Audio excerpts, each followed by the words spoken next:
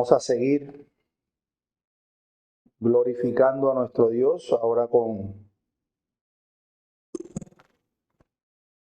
este sermón, prestando la mayor atención posible. Oremos. Soberano Dios que estás en los cielos, una vez más gracias. Es un gozo para nosotros poder estar aquí, en tu casa, en tu día, cantándote, alabándote, glorificando tu nombre, Señor, exaltando tu nombre. Tus misericordias son perpetuas. Te imploramos, Padre, que así como nos ayudaste durante la escuela bíblica, tú nos sustentes y nos ayudes y nos asistas en este espacio del sermón. Tú conoces mis limitaciones, mis imperfecciones, mis falencias al predicar. Por eso yo te pido que me ayudes, que eso no sea un obstáculo y que tu pueblo hoy salga edificado, Señor. Tu pueblo salga exhortado, gozoso de haber recibido de ti palabra de vida. Por favor, ayúdanos, háblanos. En el nombre bendito de Jesús. Amén y amén. Esta mañana llegamos, por la misericordia del Señor, al final de nuestro recorrido por esta serie de sermones expositivos en el Sermón del Monte, la cual comenzamos el domingo 19 de mayo del año 2019. Comenzamos esta serie. Ha sido un viaje de altibajos, de comodidad, de desafío. Las cosas que hemos aprendido y con las que hemos sido desafiados, indudablemente permanecerán con nosotros el resto de nuestras vidas. Si tenemos cuidado, o si hemos hemos tenido cuidado de prestar atención a todo lo que el Señor nos ha dicho a lo largo de estos 3 años y pico en esta exposición. En lo particular, tengo que confesar, hermanos, que ha sido uno de los estudios más desafiantes que el Señor me ha podido permitir hacer. Me ha obligado a mirarme de frente al espejo de la Escritura y ver lo que hay en el fondo de mi propia alma. Y créanme que el reflejo no siempre ha sido bonito. No. Cuán fácilmente puede surgir, y de hecho lo hace, esa justicia propia dentro de nosotros todo el tiempo, levantándose y queriendo arrebatar ese lugar de Dios, quitar ese lugar de Dios. Cuán rápido el orgullo pecaminoso puede tomar el control y torcer lo que es bueno y puro en una fachada que tiene la apariencia de piedad, pero no tiene el poder y la eficacia de la piedad. La parte más desafiante en lo particular en este Sermón del Monte ha sido precisamente esta última trama de las conclusiones del mensaje, cuando el Señor nos advierte que tuviéramos cuidado con los falsos profetas, con los falsos maestros, los cuales vienen a nosotros vestidos de oveja, pero por dentro son lobos rapaces. Y lo que enseñábamos allí, que esa también era una advertencia de falsos, no solo era una advertencia de falsos pastores, sino también la advertencia de falsos creyentes, de cuán fácil es engañarnos a nosotros mismos pensando que somos cristianos. Nos advirtió, por supuesto, que los falsos pastores guiarían a las ovejas por la puerta ancha que lleva a la destrucción, mientras que nos decía que era un camino angosto, trazaban enseñanzas que conducían exactamente al camino contrario, el camino ancho. Nosotros fuimos advertidos del engaño de la justicia propia, de confiar en nosotros mismos, de confiar en nuestro brazo y no de confiar en el Señor Jesucristo. Se nos habló también del horror que estas personas que se engañan a sí mismas, que piensan que son creyentes y que piensan además que sirven a Dios esperando recibir el cielo por lo que hacen dentro de la iglesia y fuera de la iglesia. Recuerden aquellas palabras de muchos en ese día: Señor, Señor, en tu nombre profetizamos, en tu nombre echamos fuera demonios, en tu nombre hicimos tantas cosas, ¿cómo no nos vas a dejar entrar en el reino de los cielos? Pero la respuesta contundente de nuestro Señor, como lo vimos, y que debe hacernos temblar, es: nunca os conocí, apartaos de mí, hacedores de maldad. Y ninguno de los que estamos aquí hoy queremos escuchar esas palabras. Eso fue lo que el Señor nos advertía. Y como les decía, es una parte de la Escritura donde más nos enseña a tener cuidado de nosotros mismos. Pero luego el Señor, de advertirnos, también nos enseñó que debemos asegurarnos sobre qué cimiento estábamos construyendo. Si lo estamos haciendo sobre la roca, que es Cristo, con una fe verdadera y viva en Él, y no sobre la arena, que se caracteriza por aquellos que tienen una fe en la fe. Soy preciso. Tienen fe no en Cristo, tienen una fe en la fe.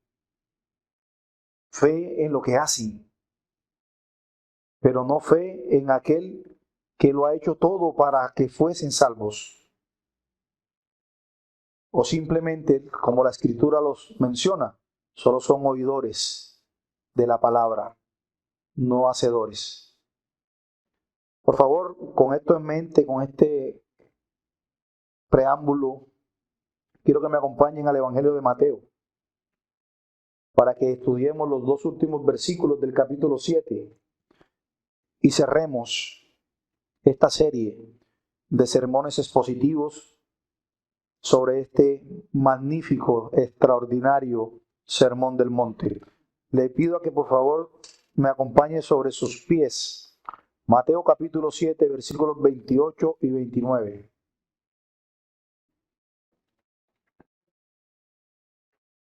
Leo para ustedes la palabra del Señor. Y cuando terminó Jesús estas palabras, la gente se admiraba de su doctrina, porque les enseñaba como quien tiene autoridad y no como los escribas. Pueden tomar asiento, hermanos. Estos dos versículos registran la reacción de aquellos que escucharon el Sermón del Monte ese día y dan la razón de esa reacción. El resultado fue que cuando nuestro Señor Jesucristo terminó esas palabras, las multitudes, toda esa gente que estaba allí escuchándolo, estaba asombrada de su enseñanza, porque les enseñaba como quien tiene autoridad y no como los escribas.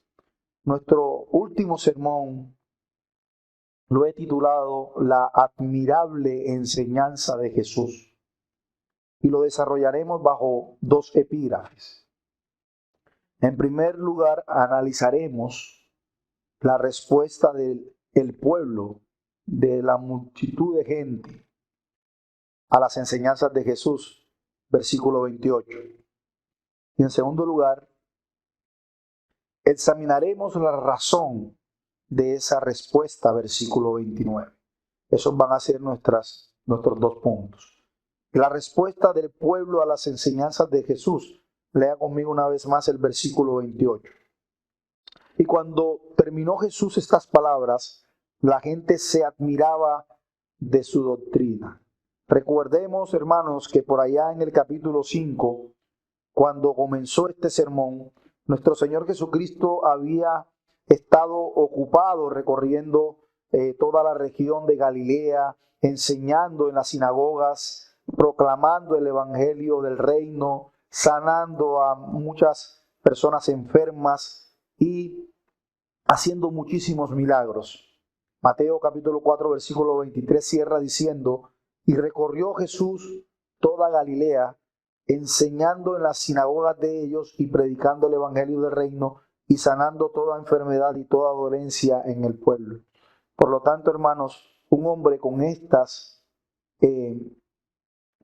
obras maravillosas, era muy fácil de que grandes multitudes salieran a verlo para ser sanados y para seguirlo. En el versículo 25 se nos dice que vinieron no solo de los alrededores de Galilea, sino también de Decápolis, que es el área al este del otro lado del mar de Galilea, al norte de Siria, al sur del área de Jerusalén y de Judea, y también del sureste del otro lado del río Jordán. Es decir, que las multitudes que escucharon el sermón del monte eran de todas esas regiones. Nunca encontramos a nuestro Señor Jesucristo interesado en las grandes multitudes para que lo siguieran, sino que Jesús, él no necesitaba de eso. Él no necesitaba interesarse para atraer seguidores, simplemente para que vieran lo grande que Él era.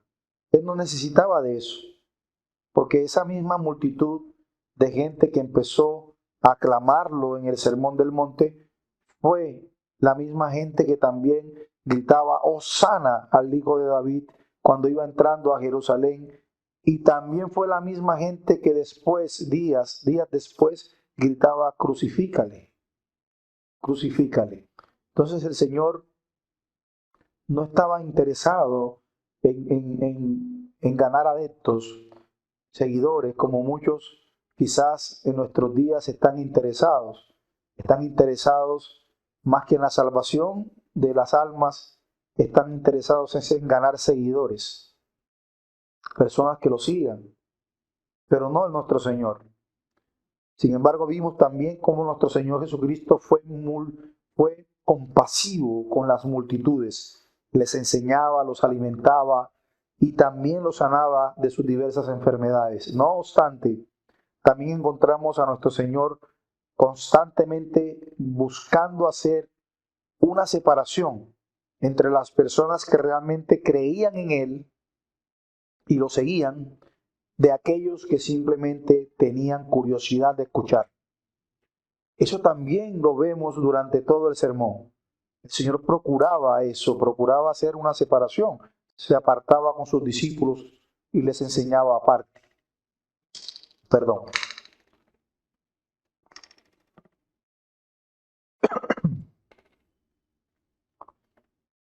Entonces el Señor no quiere la aclamación de la multitud. Jesús sí quería llamar a aquellos que realmente le siguieran, mientras les advierte a aquellos que no lo harán. Él hacía esa distinción. De modo que al preguntarnos cuál fue la respuesta de toda esa multitud, de toda esa gente que siguió a nuestro Señor, Mateo es enfático en decirnos que la respuesta fue de admiración, de asombro. Disculpe.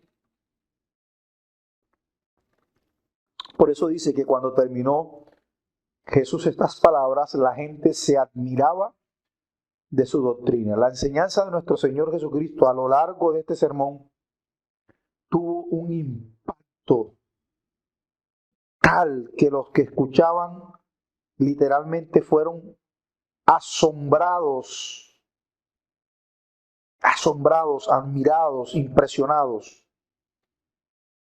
Ellos estaban, en palabras literales del griego, aturdidos. Seguramente algunos se preguntan, o algunos se preguntarían en ese momento, cómo un hombre como Jesús podía tener tales capacidades. Porque recuerden algo importante, Ellos podían preguntarse cómo un hombre como Jesús podía enseñar así, ya que Jesús jamás fue adoctrinado por ninguno de los rabinos de la época. Recuerden, los rabinos escogían a sus discípulos. Y Jesús jamás fue adoctrinado por ningún rabino. Ellos se asombraban, ¿cómo puede este hombre enseñar así? ¿Quién fue su maestro? Él era un hijo de un carpintero. Sus amigos eran pescadores. ¿Cómo puede un hombre tan inexperto mantenerse y que se mantiene con este tipo de personas hablar así? Ese era el asombro de muchas personas. ¿Cómo que no lo tenemos reseñado, por decirlo de esa manera, que no viene de ninguna escuela rabínica, puede dar tal enseñanza doctrinal? Hermanos, ¿y cuánto nos parecemos nosotros a esa multitud? Si hubiésemos estado allá, muy seguramente también fueran nuestras preguntas. ¿Por qué dice esto, pastor? Porque creemos que las letras detrás de un nombre significan que una persona está calificada o no. Creemos que si los títulos no están presentes, entonces no están debidamente capacitados. Somos así. Siempre estoy perplejo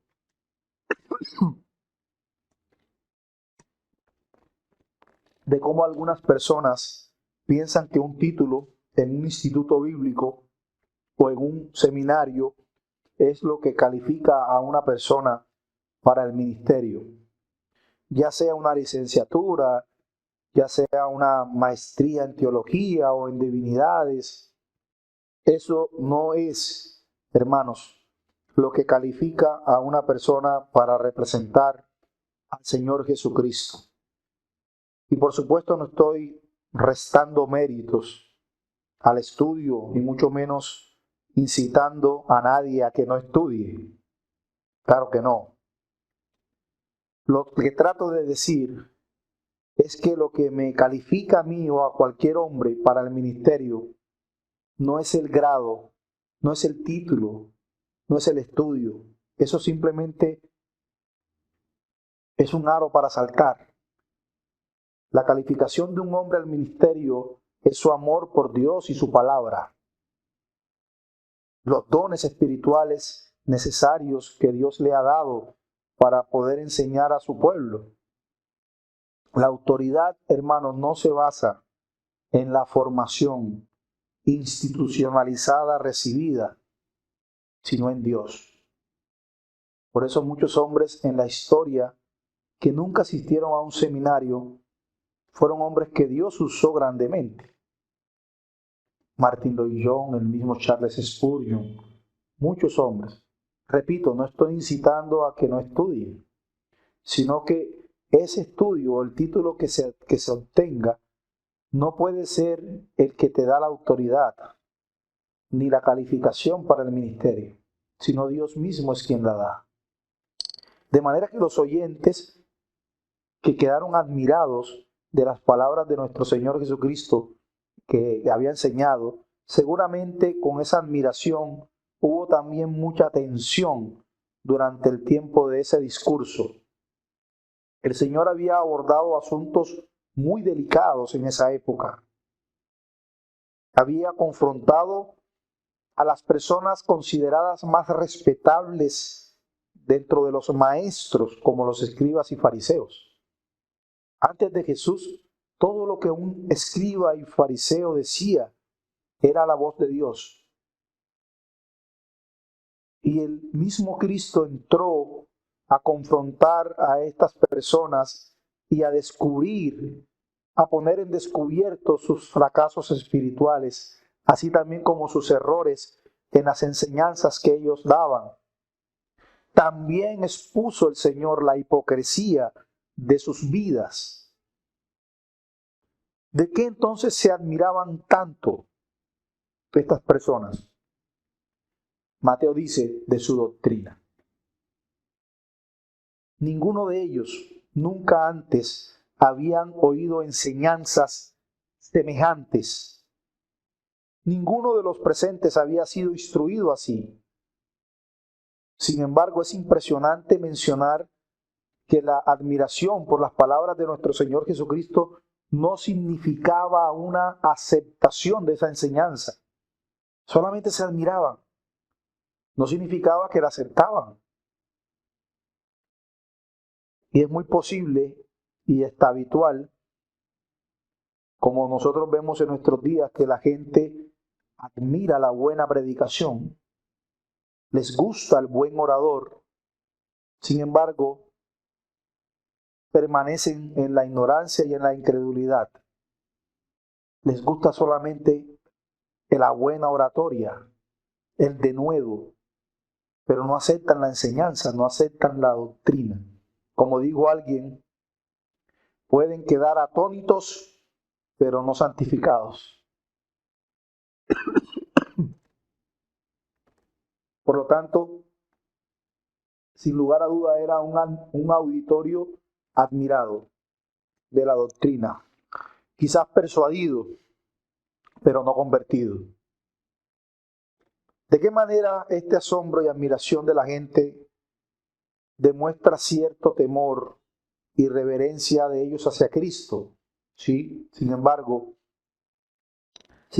no prueba la verdad y la solidez de su fe, de su conversión, aunque sin duda muchos de los que oyeron ese día a nuestro Señor Jesucristo se convirtieron por eso. Porque un hombre puede asombrarse de la doctrina de Cristo y sin embargo no convertirse a Cristo. Por ejemplo, en Lucas, capítulo 4, versículo 22, se nos dice que la gente de Nazaret se afectó maravillosamente por la doctrina expuesta por nuestro Señor Jesucristo. Ellos estaban admirados.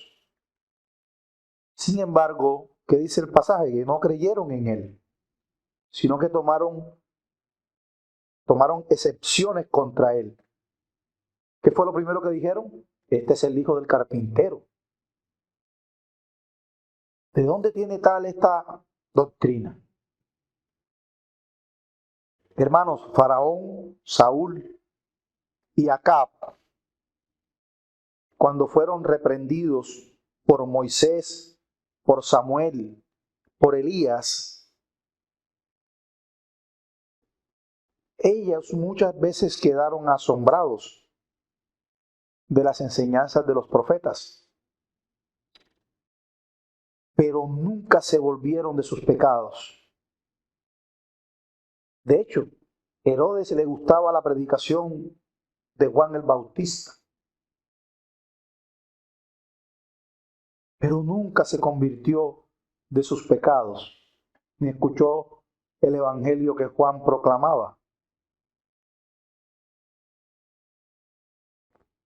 Y es importante que nuestro Señor entregó su doctrina de una manera clara, porque recuerden quién era su auditorio. Su auditorio era personas humildes, personas muy humildes. Por eso la capacidad con la que entregó su discurso fue el más sencillo, para que todos los presentes pudieran entenderla, recibirla. De lo contrario, no se nos hubiese dicho que estuvieran maravillados, asombrados de esa doctrina. Ahora bien, estaban asombrados de su doctrina, pero principalmente ¿por qué? Dice el pasaje que porque les enseñaba como quien tiene autoridad. ¿En qué consiste esa autoridad? Eso nos lleva a considerar nuestro segundo punto, la razón de esa respuesta de la multitud a las enseñanzas de Jesús, versículo 29. Y cuando terminó Jesús estas palabras, la gente se admiraba de su doctrina porque les enseñaba como quien tiene autoridad y no como los escribas. Aquí vemos exactamente la razón por la que las multitudes estaban asombradas. Dice que estaban asombradas porque Jesús les enseñaba como quien tiene autoridad. ¿Cómo así, pastor? Hermanos, Jesús no enseñó basado en la autoridad del entretenimiento recibido o en la autoridad de que alguien más dijo esto. Él enseñó sobre la base de su propia autoridad. Mateo establece la autoridad de Jesús, por ejemplo, en Mateo 8 y 9, cuando muestra el poder de Jesús sobre la enfermedad, sobre la naturaleza, sobre lo sobrenatural, sobre el pecado, sobre la muerte, resucitando a personas. Y es apropiado lo que vimos a lo largo de Mateo 5, cuando Jesús contrastaba la enseñanza de los escribas y de los fariseos, cuando él decía: habéis oído que fue dicho a los antiguos, y habéis oído que se dijo, porque solo repetían lo que habían dicho alguien más. Así enseñaban los escribas. Repetían lo que fue enseñado de los antiguos. Su autoridad ya no estaba basada en las escrituras, sino en lo que los maestros del pasado habían dicho acerca de esas escrituras. La base de la autoridad era realmente las tradiciones de los hombres. Tal vez alguno de ustedes haya asistido a una conferencia de un erudito judío que haga esto, donde se caracteriza precisamente porque el rabino tal en el Talmud menciona tal cosa. La autoridad, la base de su autoridad ya ni siquiera es la escritura, la Torá, sino lo que los otros rabinos interpretaron de la Torá. Cuando nosotros enseñamos, podemos citar a teólogos del pasado, a hombres que han escrito en el pasado, que han sido usados por Dios en el pasado. Podemos citar a Agustín, a Lutero, a Calvino, etc. Y cuando lo hacemos, inmediatamente parece ser intelectual, ¿cierto? O porque lo que estamos citando tiene un peso de autoridad, porque lo dijo Calvino, porque lo dijo Lutero. Sí, pero en verdad no importa lo que cualquiera de estos hombres, Agustín, Lutero, Calvino, dijeron en sí mismos, sino lo que dijeron acerca de Cristo. ¿Sí me hago entender?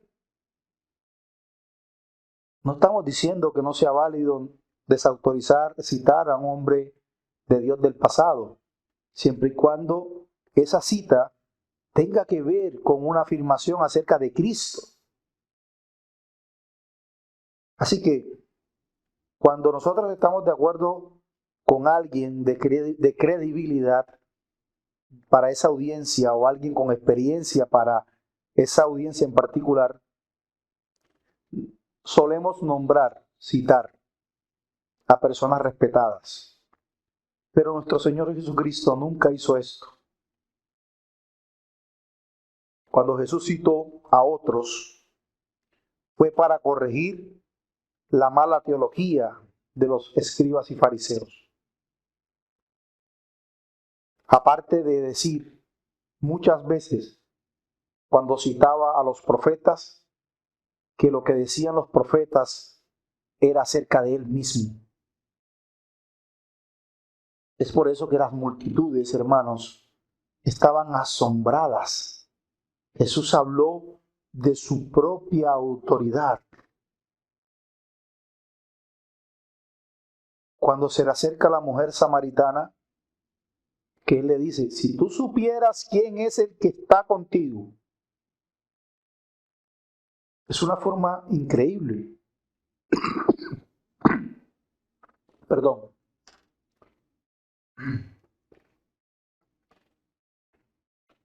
Entonces, ¿en qué consistía esa autoridad?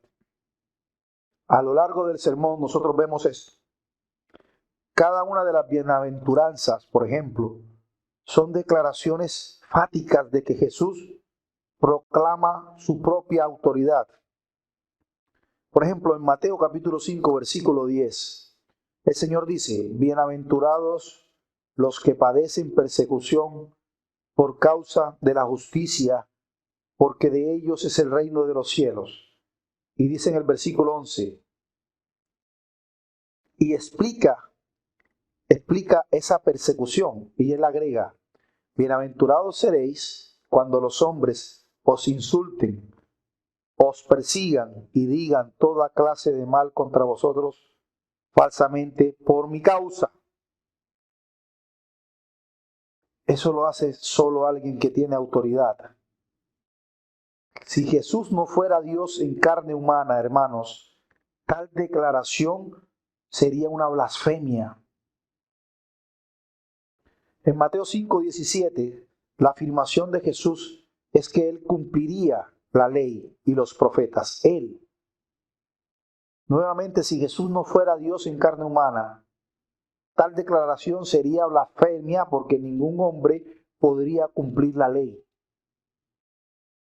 En Mateo 5:20, Jesús comienza una serie de declaraciones que contrastaban la justicia propia, de la cual alardeaban los escribas y fariseos, de la verdadera justicia. El Señor Jesucristo en Mateo 5:20, que es la premisa general del Sermón del Monte, dice, porque os digo que si vuestra justicia no supera a la de los escribas y fariseos, no entraréis en el reino de los cielos. En otras palabras, la verdadera justicia es más de lo que ves en los escribas y fariseos. Imagínense los discípulos qué pensaron en ese momento, cuando el Señor les dijo eso. De cierto os digo que si vuestra justicia no fuese mayor a lo de los escribas y fariseos, no entraré en el reino de los cielos. Imagínense un apóstol Pedro diciendo, entonces ¿quién será salvo? Si nos vemos a estos hombres que son intachables. Ese estándar es demasiado alto. ¿Cómo nosotros vamos a superar la justicia de estos hombres? Es imposible.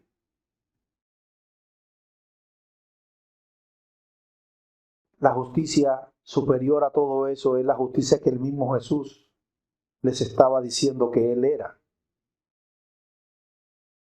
Por ejemplo, Mateo 5, 21 y 22, vemos cómo Jesús una y otra vez daba la declaración que lo único que podía hacer, él era el único que podía hacer algo así, enseñar con su propia autoridad. No lo que ningún otro maestro había dicho. Él dice, habéis oído que se dijo a los antiguos, no cometerás homicidio, y cualquiera que cometa homicidio será responsable ante el tribunal. Pero él agrega, pero yo os digo que todo el que se enoje contra su hermano será culpable ante el tribunal. O en el versículo 27 y 28 del Mateo 5 dice, oísteis que fue dicho, no cometerás adulterio. Pero yo os digo que todo el que mira a una mujer para codiciarla, ya adulteró con ella en su corazón. Solo Jesús podía dar esa palabra con autoridad. Mateo 5:31. Y se dijo, cualquiera que repudie a su mujer, dele carta de repudio, de despido o de divorcio. Pero yo os digo que todo el que se divorcia de su mujer, a no ser por causa de fornicación, la hace cometer adulterio, y el que se casa con la repudiada comete adulterio. Hermanos, y así podríamos citar el resto del capítulo 5. Estas no son palabras ociosas o broma de una persona que discuten teología. No. Esta es la declaración positiva de cómo Dios quiere que vivamos. Y cada declaración que hace Jesús se basa en su propia autoridad como Dios encarnado. Entonces vemos con qué autoridad nuestro Señor les hablaba, y esa era una de las causas por las cuales la multitud se asombraba. Hermanos, a lo largo de la enseñanza del Sermón del Monte, nosotros vimos que el Sermón del Monte no es algo para nuestro ocio. no es para estimulación intelectual, no es para discusión de clases de ética, como lo hacen a menudo muchos seculares y teólogos liberales. Este no es un gran trabajo sobre filosofía, sobre buena conducta, no. Estas son declaraciones y mandamientos del Señor Jesucristo, el Hijo de Dios, el Dios encarnado. No puede leerlo y luego elegir si lo va a hacer o no. No puede ni siquiera tener el atrevimiento de decir no estoy de acuerdo con él. No. Tienes que tomarlo como un todo, aceptarlo, atesorarlo, porque es mandato de Dios. Y por supuesto él mismo enseña que si tú rechazas su enseñanza, no estás en el camino angosto que conduce a la vida, sino que más bien corres muy, muy cómodo por ese camino ancho que lleva a la destrucción. Porque esto tampoco es algo que podamos separar. O está el camino ancho o el angosto, no está el semiancho o el semiangosto, no. No, pastor, es que yo no estoy ni en el angosto ni en el ancho. Yo voy a ir por el más o menos que se acomode a mi estatura o a mi tamaño, no. O estás en el ancho que lleva a la perdición o estás en el angosto que lleva a la vida. Así que es un mensaje que debe tomarse como un todo, con un propósito central, un mandato que Cristo nos dio para obedecer. No podemos tomar las enseñanzas y simplemente escoger qué puedo tomar y qué no. Estamos enterados de las enseñanzas de Jesús durante estos 3 años y medio, de todo lo que Él nos dijo, de absolutamente todo de lo que nos ha enseñado. No vaya a ser, hermanos, que así como esta multitud se asombró por la doctrina y la autoridad de Cristo, pero muchos de ellos luego se fueron a sus casas y su vida siguió siendo la misma vivida a espaldas de Dios. No vaya a ser lo mismo a nosotros. No nos asombremos del Hijo de Dios solo porque tiene o enseña una sana doctrina o porque tiene autoridad. No caigamos en el horror de ver a Jesús solo como un buen maestro